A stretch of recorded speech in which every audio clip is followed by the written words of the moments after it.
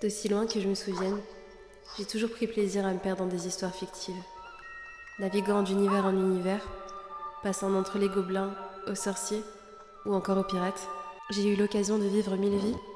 Pourtant c'est étrange, je n'ai jamais vraiment pris le temps d'expérimenter la mienne. Le monde est si vaste et il me restait tant de maps à explorer qu'un jour, lassé de vivre des aventures à travers les récits de mes super-héros préférés ou encore à travers des jeux vidéo, je me décidai à mon tour à prendre la route en quête des plus beaux trésors que ce monde recèle, compilant mon histoire dans un journal qui m'accompagnerait partout où j'irai, témoin de mon épopée. C'est ainsi que débute mon aventure, avec un seul but en tête, devenir la super-héroïne de ma propre vie.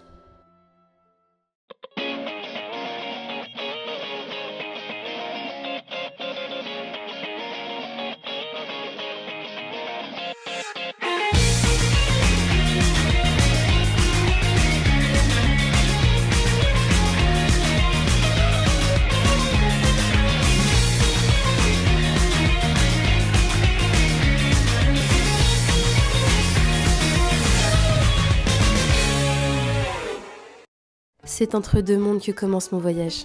Istanbul, posé entre deux continents, suspendu entre deux souffles, l'Orient et l'Occident. Là où les minarets découpent le ciel et où les eaux du Bosphore murmurent les secrets des empires disparus. C'est précisément ici que j'ai senti mon destin basculer. Mais avant d'en arriver là, il aura bien fallu 5 longues heures dans les airs. Ouais, c'est ça Yasmine, ça a vachement l'air de te déranger. Puis 3 heures de transport avant d'arriver à la station Koca Mustafa Pacha, un des milliers de recoins d'Istanbul. C'est tellement immense. C'est exactement à cet instant que j'ai compris que j'étais fichue et que j'allais devoir m'arrêter à tous les coins de rue pour caresser toutes ces boules de poils qui croisaient mon chemin. Non mais regardez-moi cette mignonnerie, c'est de la torture pour mon âme de devoir les laisser là alors qu'ils me regardent avec leurs yeux tout brillants. Au fait, elle, c'est Inès, la femme extraordinaire qui me supporte depuis quasiment 20 ans en tant que meilleure amie. Et si on m'avait dit quand on a grandi ensemble que je me retrouverais à prendre l'avion pour lui rendre visite, je l'aurais certainement pas cru. Pour info, ça fait 2 heures qu'on est sorti de l'aéroport, voire 3. À peine arrivé, que les ruelles m'enveloppent déjà dans une atmosphère particulière. Les instruments traditionnels résonnent, les passants s'arrêtent pour danser, un véritable spectacle. Existe-t-il alors un meilleur cadre pour s'arrêter déguster des calamars frits et du poisson fraîchement pêché ?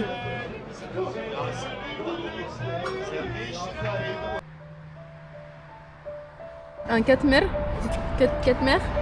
on m'a servi un psem à la pistache.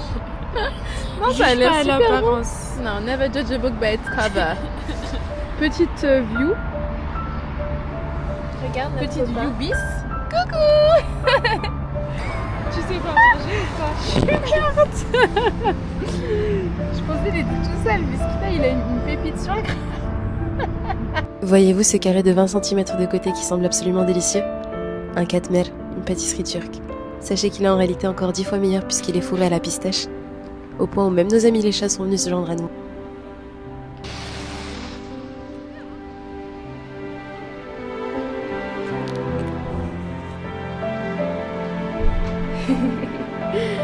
Alors ça c'est le chat. Ouh là là, doucement, pitié. Non. Avec ta griffe. Merci. T'as dit griffe, Ok, c'était sympa cette première soirée, mais il est grand temps d'aller explorer Istanbul.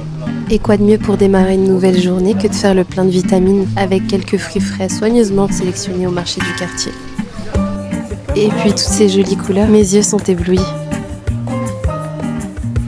Malgré ça, mon estomac continue à crier famine. Alors j'enfile ma casquette de hunter gourmet à la découverte des meilleurs mets de ce monde, en commençant par un classique, j'ai nommé le kebab. C'est super bon. Le poulet est bon.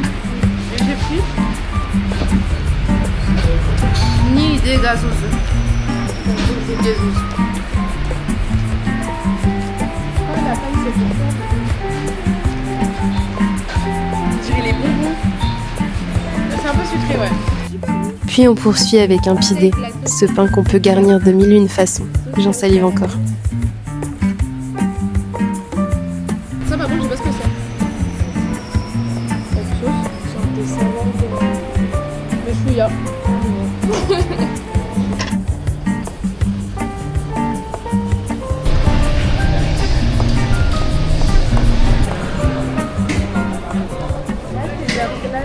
Yeni Jami, la première mosquée que je visite. Je retire mes chaussures et quelques mètres plus loin, lorsque mes pieds entrent en contact avec le tapis, je lève les yeux au ciel et je reste sans voix face au bijou architectural qui se dresse devant moi. Toutes ces voûtes et coupoles dans un camailleux de rose et autres couleurs pastel, n'est-ce pas merveilleux ?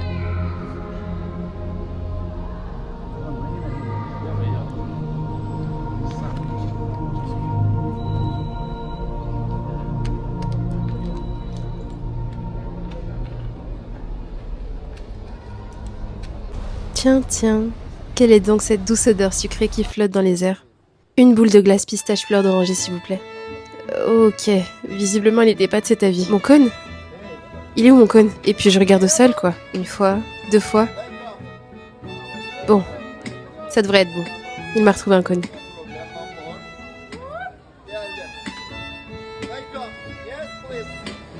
Oh non, dites-moi pas qu'il recommence. Donne-moi ma glace.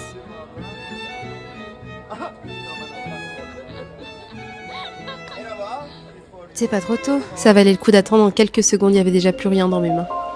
Bon, retour à notre quête principale, à la découverte des trésors et des reliques des empereurs ottomans. Tu sais, c'est quoi l'injustice de la vie ?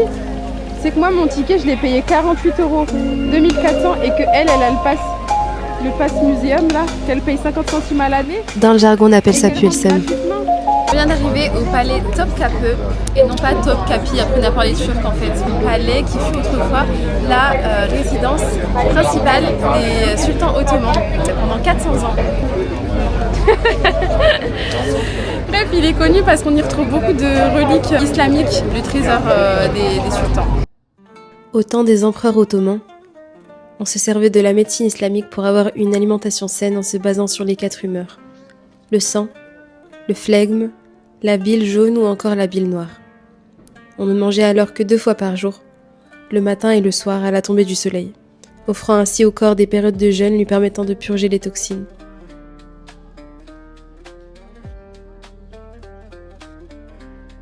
J'avoue avoir un sacré faible pour les objets anciens comme ces boîtes à bijoux incrustées de pierres précieuses.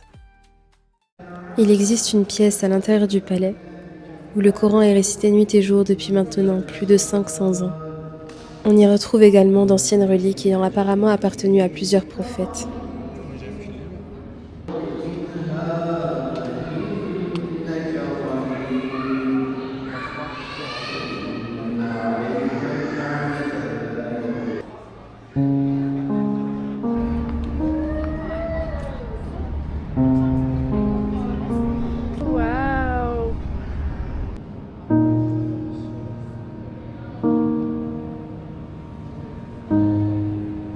Les vêtements détenaient une importance capitale, gage d'un rang social noble en fonction des tissus dans lesquels ils étaient taillés.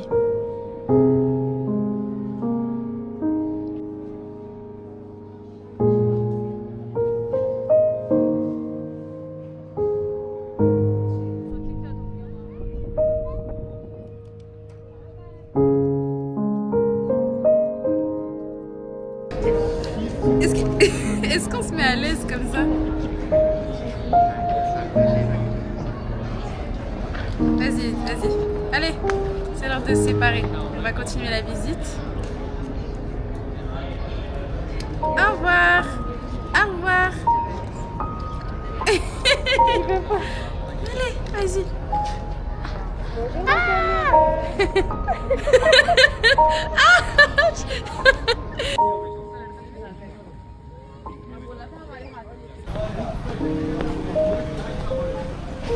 Cicolata le hachma. Super bon. En fait, on dirait du pain avec du Nutella. Spoiler alerte, c'est du pain avec du Nutella.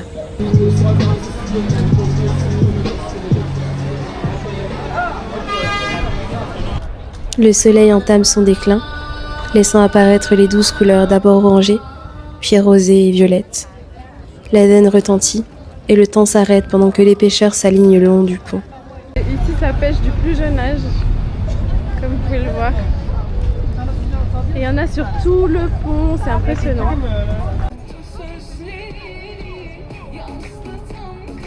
On est sur un pont de pêcheurs et on va aller manger des... comment on dit le poisson ?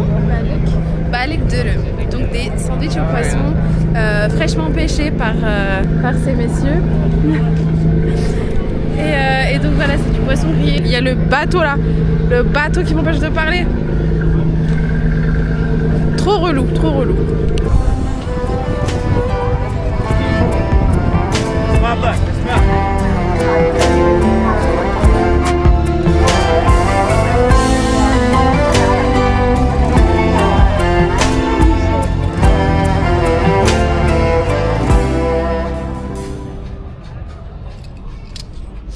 Elle m'a emmenée dans une mosquée à côté du pont avant d'aller manger, mais la vue.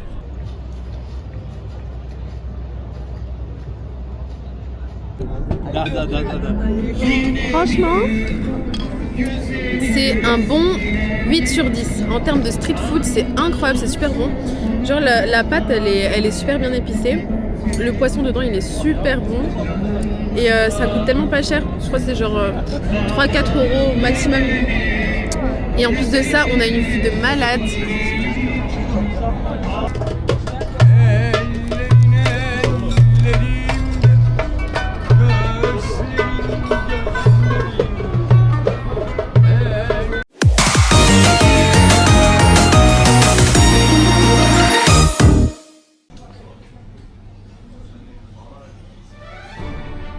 Parmi les premiers jeux auxquels j'ai joué sur ma Nintendo DS et mes préférés au monde entier, on retrouve Pokémon version platine, Professeur Layton et bien évidemment Zelda, mais pas n'importe lequel. Zelda Phantom Hourglass. Vous savez, celui où on parcourt les mers en découvrant les différentes îles et en récupérant les trésors qui siègent au fond des océans. Et vous savez quoi ? Aujourd'hui, c'est enfin mon tour de me sentir comme Link à bord du bateau naviguant jusqu'à la prochaine île. Buyukada, l'île aux princes. Tout ça en étant bercé par le chant des mouettes qui s'élèvent dans le ciel porté par la force du vent.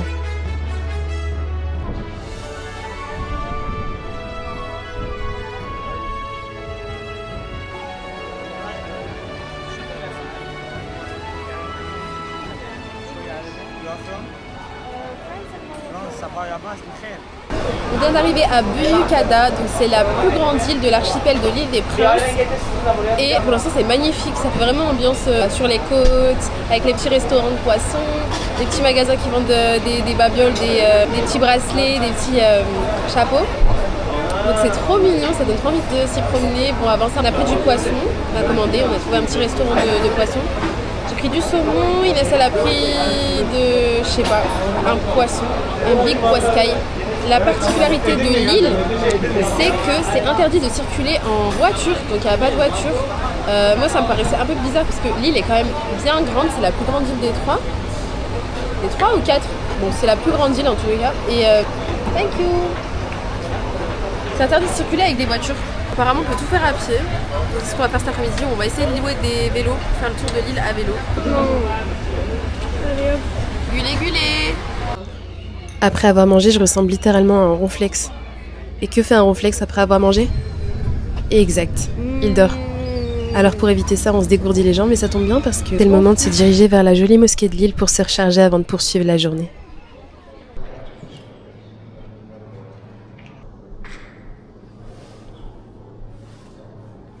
C'est mieux. Ok. Ça se trouve, ça n'a rien changé. Du coup, on va aller chercher des vélos. Là, on a vu plein de personnes qui avaient des jolis vélos avec des comment ça s'appelle ? Des paniers.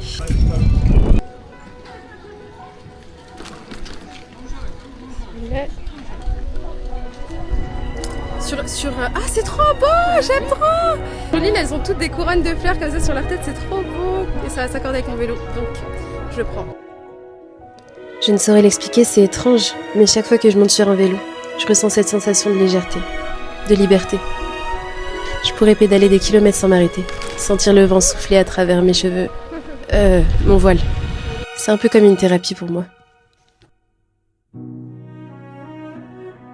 Alors face à la mer, c'est comme si l'horizon était infini, un peu comme mes rêves.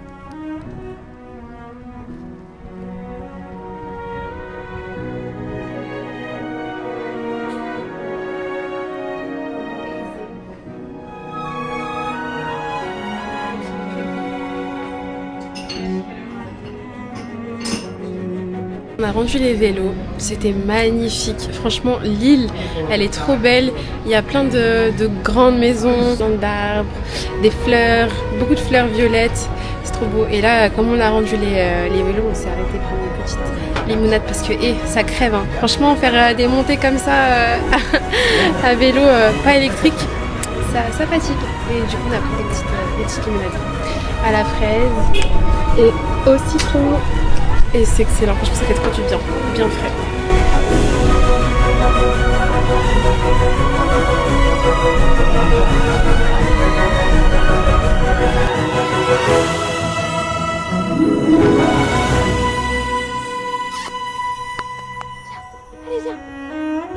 Du coup là on marche direction le point de vue, le plus beau point de vue de l'île de Buyukada. Buyukada. Ils peuvent rien contre moi. J'ai fait le pic des singes à Béjaïa. Vous savez pas ce que c'est. 500 mètres? Ok.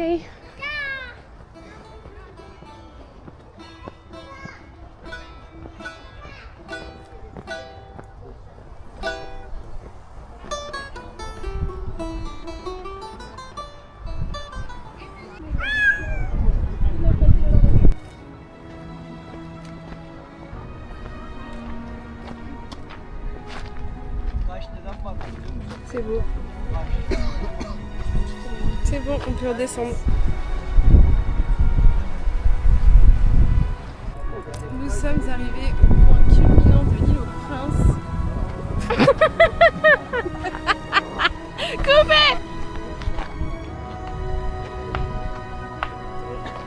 Ah mais je croyais que tu voulais parler.